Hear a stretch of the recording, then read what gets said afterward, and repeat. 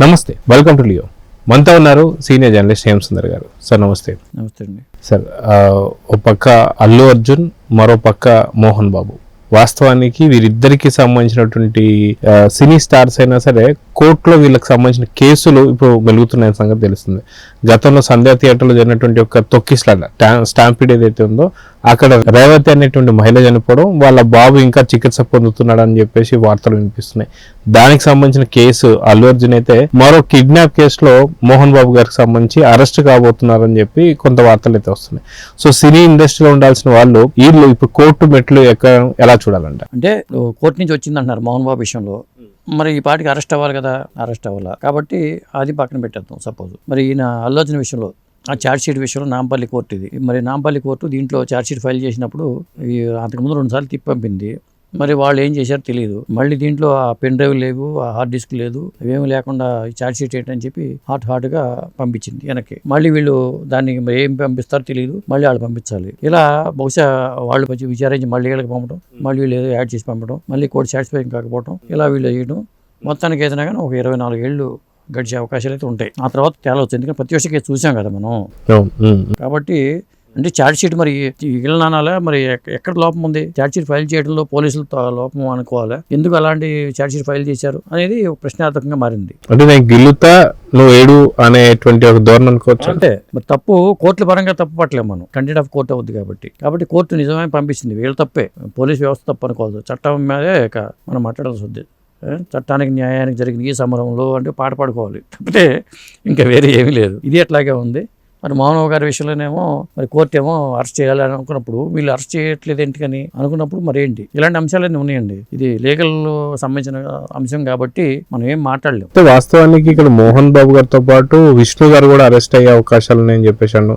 అదే ఇటీవల దీనిపైనే విష్ణు గారికి అశోక్ అనేటువంటి ఎవరైతే ఒక జర్నలిస్ట్ ఉన్నారో ఆయన ఫోన్ చేసి మాట్లాడుతూ చాలా దురుసుగా మాట్లాడారనే సంగతి కూడా తెలుస్తుంది. సో ఫ్రస్ట్రేషన్ లో ఇలా దురుసుగా మాట్లాడా లేకపోతే ఏంటి అంటే ఏం చెప్తారు? అంటే ఆ టైంలో అలా జరిగింది, దాన్ని మనం ఏం మాట్లాడలేము. అది తప్పు మోహన్ బాబుదా, లేకపోతే మోహన్ బాబు అబ్బాయిదా, లేకపోతే ఆ జర్నలిస్ట్దా అనేది ఎవరో జడ్జి చేయలేము. కాకపోతే జరిగింది, అలా జరిగిపోయింది.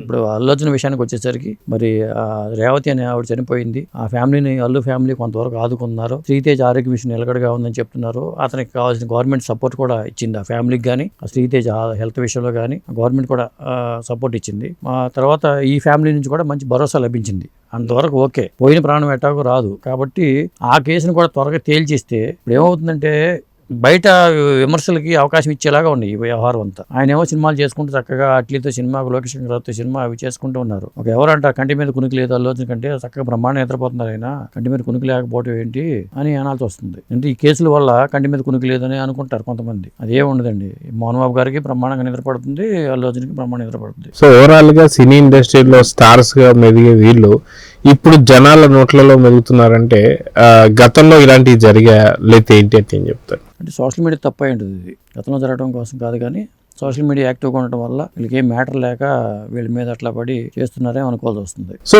గతంలో కూడా చాలా వరకు చాలా మంది హీరోలు జైలు పాలవడం ఇవన్నీ కూడా చూస్తూ వస్తున్నాం. కానీ ఇప్పుడు కొంత హీరోలు కాబట్టి, స్టార్స్ కాబట్టి కొంత వీళ్ళ దగ్గర ఆలస్యం జరుగుతుందా, లేదా గతంలో కూడా ఇలానే ఉండేదా?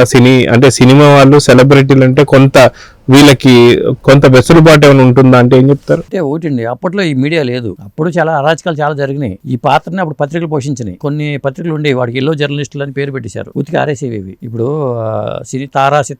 సితారా మ్యాగజైన్ ఉన్నప్పుడు తారా సితారా మ్యాగజైన్ వచ్చేది, సినీ కమెంట్ అని ఒక మ్యాగజైన్ వచ్చేది, కొన్ని పత్రికలు చెన్నైలో కాగడా అని ఒకటి వచ్చేది. జర్నలిస్టులు ఉతికి పారేసిన సందర్భాలు కూడా ఉన్నాయి అప్పట్లో. అంటే ఇలా ఎల్లో జర్నలిస్ట్ పేరు తీసుకునే వాళ్ళు, గాసిప్స్ మీద బతికేవాళ్ళు కొంతమంది ఉండేవాళ్ళు. ఆ తరహాలో జరిగేది. అప్పుడు వాటిని గాసిప్స్ గా కొట్టి పడేసేవాళ్ళు. కొంతమంది ధైర్యంగా సినిమా జర్నలిస్టులు ధైర్యంగా ఏమి రాసేవాడు కాదు. ఇప్పుడు ఏమైందంటే సెల్ ఫోన్ వచ్చిన తర్వాత దొరికిపోతున్నారు, ప్రతిదీ తెలిసిపోతుంది. దీన్ని ఆపడానికి లేదు. ఎక్కడ ఏం జరిగినా సరే ఫోన్ పెట్టేస్తున్నారు, రికార్డ్ చేస్తున్నారు, దిక్కులు దండ పెట్టేస్తున్నారు. కాబట్టి చాలా జాగ్రత్తగా మసులుకోవాలి.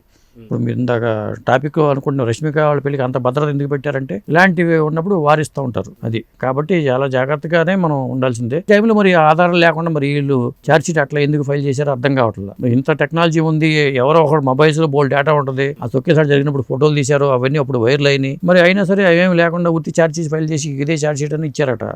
అదొకటి. సో చూద్దాం సార్, మొత్తానికి ఒక పక్క అల్లు అర్జున్ కేసు, మరో పక్క మోహన్ బాబు గారి అరెస్ట్ అని చెప్పేసి అయితే వార్తలు అయితే వస్తున్నాయి. సో చూద్దాం జరగబోతుందో. నమస్తే సార్. నమస్తే అండి.